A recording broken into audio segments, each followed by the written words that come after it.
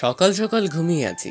ও, আমি আগে একটা কথা বলি, আমি আবার ঘুমালে আমার কাপড় ঠিক থাকে না, তাই আমার রুমে কেউ আসে, বরং আমি আসতে বারণ করেছি। আমি ঘুমিয়ে আছি, হঠাৎ ঘুম থেকে উঠে দেখি আমাকে কে যেন আমার ছবি তুলতে আছে। যে আমি ধরতে যাব সেই দেখি মেয়েটি কেউ আর নয়, মেয়েটি ফারজানা। যে সময় আমি তাকে ধরতে যাব সেই সময় দৌড়ে পালিয়ে গেল। হায়, আমি মনে হয় এবার শেষ। তাড়াতাড়ি উঠে পড়লাম। আর ফারজানা হলো আমাদের পাশের বাসার আন্টির মেয়ে, অনেক বেশি চালাক। এই মেয়েটি সারাদিন আমার পিছনে আঠার মতো লেগেই থাকে। আর যদি কিছু বলতে যাই তাহলে আমি তো একেবারে শেষ। মাকে এটা ওটা বানিয়ে বলে দেয়, তাই ওরে কিছু বলতে সহজ হয় না আর। ও, আমি হলাম আবির, এবার ইন্টারে পরীক্ষা দিব। আমি তাই ফ্রেশ হতে চলে গেলাম ওয়াশরুমে। সেখান থেকে এসে নাস্তা করে একটু বাইরে চলে আসলাম, দেখি ফারজানা। তাই গিয়ে তাকে বললাম, তুই আমার কিসের ছবি তুললি? কই, আমি আবার তোমার ছবি তুললাম? আবির তার কাছ থেকে মোবাইলটা চাইলো, কিন্তু সে দিল, বাট লক করে। লক খুলে দে। লক খোলে না। আর আমি যে ছবিটি তুলেছি সেটা সকল জায়গায় ভাইরাল করে দিব। এই বলে ফারজানা মনে মনে হাসছে, আর আবির রাগে ফুলছে। কিছু বলবে তাও পারছে না, তাহলে তো আবির শেষ। ফারজানা বলে উঠল, ডিলিট করে দিতে পারি, একটা কাজ করতে হবে। কি বল? তাহলে আমাকে কিস করো। আবার তোর পাগলামি শুরু হয়েছে। কারণটা হলো, আবিরকে না ফারজানা অনেক ভালোবাসে, বাট আবির বাসে না। অনেকবার ফারজানা বলেছে, বাট রাজি হয়নি। আবির বলে উঠল, আমি পারবো না। ওকে, দেখো আমি কি করি। ফারজানা আবিরকে ভয় দেখাতে লাগলো যে ছেড়ে দেই, কিন্তু আবির কিছু না বলে রাজি হয়ে গেল। দে। এই বলে ফারজানা আবিরের কাছে গেল কিছু, আর আবিরকে বলতে না দিয়ে তার ঠোঁট আর আবিরের ঠোঁট ডুবিয়ে দিল। আবির অনেকবার ছাড়ানোর জন্য চেষ্টা করেছে, বাট কোনো লাভ হয়নি। 3 মিনিট পর ছেড়ে দিল। আবির পুরোই শেষ। তাই আবির বলে উঠল, এইবার ডিলিট কর। আমি কি একবার বলেছি যে তোমাকে কিস করলেই আমি তোমার ছবিটা ডিলিট করে দিব? তার মানে দিবি না? না। এই বলে ফারজানা দৌড়তে লাগলো, আর আবিরও ফারজানার পিছনে দৌড়তে লাগলো। একটু পরে আবিরের মায়ের কাছে গেল ফারজানা। তারপরে আবিরের মাকে বলল ফারজানা, দেখো আন্টি আমারই পিটায়। তুই আবার ওর সাথে লাগছস? দাঁড়া তুই। আমি আর কি করব, এক দৌড়ে রাস্তায় গিয়ে বসে রইলাম। পকেট থেকে একটা সিগারেট বের করে খেতে লাগলাম। আমি সিগারেট বেশি খাই না, মাঝে মাঝে খাই। কিছুক্ষণ পর বাড়িতে চলে আসলাম, দেখি হারামিটা এখনো আমাদের বাড়িতে বসে আছে। আমি বলে উঠলাম, তোর কি কোনো কাজ নেই? খালি আমাদের বাড়িতে তোর কাজ কি? আমার শ্বশুর বাড়ি আমি যে সময় আসি তাতে তোমার কি? তোর মতো পেতনিকে কে বিয়ে করবে? কি? আমি পেতনি? আমি এখনই আন্টিকে বলে দিই যে তুমি আজ একটা মেয়ের হাত ধরছো আর মেয়েটি তোমাকে চড় দিয়েছে। তুই এত বানাতে পারোস? তাহলে আমি পেতনি? হ্যাঁ। এই বলে ফারজানা বলতে চলে যেতে লাগলো। আমি পেছন থেকে তার হাত ধরলাম। এটা বলিস না, তাহলে আজ আমার খাওয়া বন্ধ। আমি তো সেটাই চাই, তুমি না খেয়ে শুকিয়ে যাও। থাক, তবুও তোমাকে আজ মাফ করে দিলাম। আর যদি কোনো সময় পেতনি বলো তাহলে তোমার খবর আছে। আর বলবো না। চলো এখন আমরা রোম্যান্স করব। আর তোমার ঠোঁট দুটো কি গোলাপি, মন চাই আবারও একটা কিস করি। কি? হ্যাঁ। থাক, তোর আর কিছু করা লাগবে না। আমি করব, তাতে তোমার কি শুনি? ফারজানা, কোনো পাগলামি করিস না। আমি আসতেছি, দাঁড়াও। এই বলে ফারজানা আবিরের কাছে আসতে লাগলো, আর এদিক দিয়ে আবির দরজা খুলে পালালো। ফারজানা মনে মনে বলল, দূর ভীতু ছেলে একটা। ফারজানা তাদের বাড়িতে চলে গেল। সে আবারও সেই জায়গাটায় বসে রয়েছে আর ভাবছে, হ্যাঁ, মনে হয় আমাকে শেষ করে দেবে। আর একবার কিস করে ওর শখ মিটেনি, এখন আবার রোম্যান্স করবে। জানি না এই মেয়ে আর কি চায়। আবির কিছুক্ষণ পর বাড়িতে চলে আসলো। এসে দেখে হারামিটা নেই। সে তো অনেক খুশি, তাই দুপুরে খাবার খেয়ে দিয়ে একটা ঘুম দিল।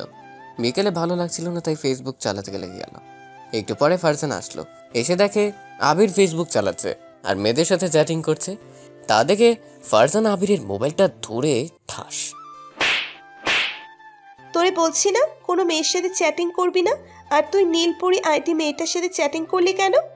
আবিরের মাথায় অনেক রাগ, তার চোখ মুখ লাল হয়ে আছে। তুইও শুনে রাখ, আমি তোকে ভালোবাসি না, আমি অন্য একজনকে ভালোবাসি। আর আমার কাছে অধিকার দেখাতে আসিস না। আমি তোকে কোনো দিনও ভালোবাসবো না। এতদিন অনেক জ্বালিয়েছিস, আর আমাদের বাড়ি আসবি না।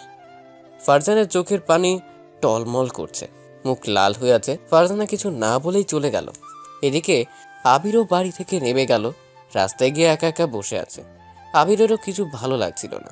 আবিরের রাগ উঠেছিল কারণ তার মোবাইলটা ভেঙে ফেলেছে, তাই আবিরও মনে মনে ভাবছে যে ফারজানাকে এতগুলো কথা বলা উচিত হয়নি। এদিকে ফারজানা তাদের বাড়িতে চলে আসলো, এসেই তার রুমে দরজা আটকে কাঁদছে। এভাবে 2 দিন কেটে গেল। ফারজানা আবিরের বাড়িতে আর গেল না। এদিকে আবিরের কিছুই ভালো লাগছে না। আবিরের কেমন যেন লাগছে, তাকে আগের মতো কেউ আর শাসন করে না। এজন্য আবিরের অনেক খারাপ লাগছে। এভাবে 7 দিন কেটে গেল, এখনো ফারজানা একবারও তাদের বাড়িতে আসলো না। আবিরের অনেক খারাপ লাগছে এবং নিজের উপর দোষ দিতে লাগলো। তাহলে কি আমি ফারজানাকে ভালোবেসে ফেলেছি? এখন তাই আবির ফারজানাদের বাড়িতে যেতে লাগলো। কিছুক্ষণ পর ফারজানাদের বাড়ি আসলো। আন্টি কেমন আছেন? আরে আবির, তুমি কেমন আছো বাবা? ভালো আন্টি। আমাদের কথা তো ভুলেই গেছো। না আন্টি, বাড়িতে একটু কাজ করি তাই আসা হয় না। ও চলো বাড়ির ভেতরে চলো।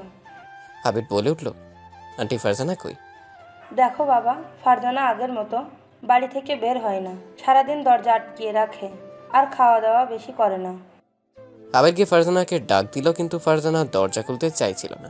তবু 10 মিনিট ডাকার পর দরজা খুললো। হ্যাঁ বল।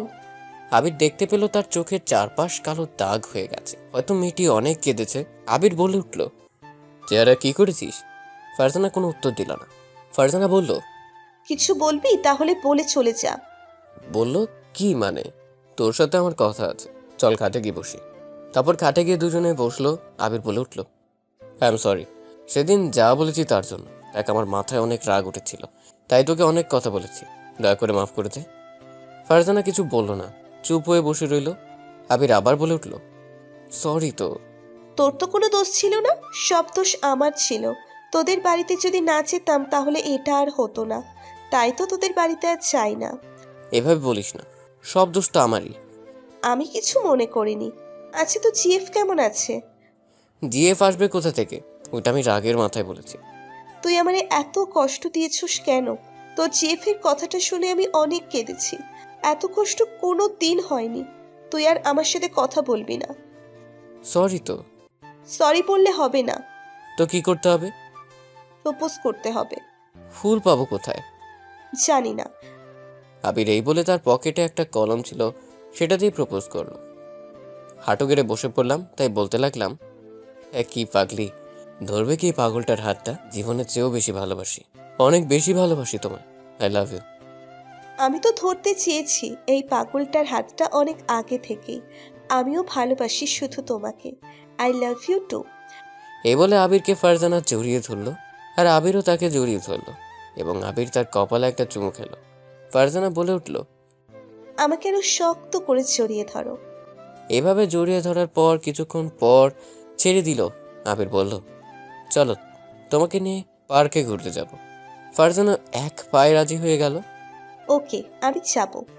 তুমি ফ্রেশ হও আর আমি আন্টির কাছে বলে আসি। এই বলে আবির চলে গেল তার আন্টির রুমে। আন্টি ফারজানার মন ভালো নেই, তাই ওকে নিয়ে একটু ঘুরে আসি। ওকে বাবা যা। ও তুইও অনেকক্ষণ ধরে এসেছিস, তোকে কিছু দেওয়া হয়নি, দাঁড়া আমি এক্ষুনি কফি বানিয়ে দিতে আসি। না আন্টি, কিছু খাবো না, আর কফি আমি খাই না তো। ওকে। একটু পর ফারজানার ডাক। আমি ফারজানার কাছে চলে আসলাম। আমি দেখে পুরাই অবাক হয়ে গেলাম। তাকে দেখি নীল শাড়ি, চোখে হালকা কাজল, কালো টিপ। ফারজানাকে একেবারে পরীর মতো দেখাচ্ছে। ওই দেখো কি। আমি আমার পাগলিটা যে এত সুন্দর তা আগে জানা ছিল না। তাই নাকি? এরপর আন্টির কাছ থেকে বিদায় নিয়ে ফারজানাকে নিয়ে বের হলাম একটা রিক্সায়। ডাক দিলাম, দুজনে রিক্সায় উঠে পড়লাম। ফারজানা আমার কাঁধে মাথা রেখে শুয়ে আছে। কিরে পাগলি, কিছু খাবা নাকি সারাদিন গল্প করে যাবা? খাবো তো, ফুচকা খাবো। এই বলে তাকে ফুচকার দোকানে নিয়ে গেলাম। 2 প্লেট ফুচকা অর্ডার দিলাম। পাগলিটা ফুচকা খাচ্ছে আর আমি তার দিকে তাকিয়ে রয়েছি। কি সুন্দরভাবে খায়, পুরোই বাচ্চাদের মতো। একটু পর ফারজানা বলে উঠলো, খাও না কেন? আমি খাওয়া শুরু করলাম। দুজনে খেয়ে বিল মিটিয়ে দিয়ে একটু হাঁটা চলা করছি। আর কিছু খাবা? না। আমি তো খাবো। কি খাবা? সেটা শুধু তুমি খাওয়াতে পারো। কি বলে ফেলতো? তোমার ঠোঁটের মিষ্টি। ওরে দুষ্টু, দাঁড়াও। এই বলে দৌড় দিলাম।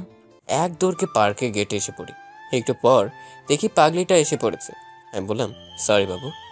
ওকে বাবু। দুজনে একটা রিক্সায় উঠি। কিছুক্ষণ পর ফারজানাদের বাড়িতে এসে পড়ি। তাই আমি বললাম, হ্যাঁ যাই এখন। ফারজানা বলল, একটু বাড়ির ভেতরে চলো, কথা আছে। যাবার ইচ্ছে ছিল না, তবুও গেলাম। তা না হলে আবার রাগ করবেন। সে কি বলবে বলো? এ বলে ফারজানা আমাকে জড়িয়ে ধরলো। একটু পরে তার ঠোঁট আমার ঠোঁটের ভিতর ডুবিয়ে দিল। এভাবে কত মিনিট ছিলাম তা বলতে পারবো না। একটু পরে ছেড়ে দিলাম। দুজনেই হাঁপাচ্ছি। দেখতে পেলাম ফারজানা অনেক লজ্জা পেয়েছে, তাই তাকে আমি আবার শক্ত করে জড়িয়ে ধরলাম। আমাদের ভালোবাসাটা এভাবেই শুরু হলো। 4 বছর পর আমাদের বিয়ে হয়ে গেল। এখন আমরা অনেক সুখে আছি।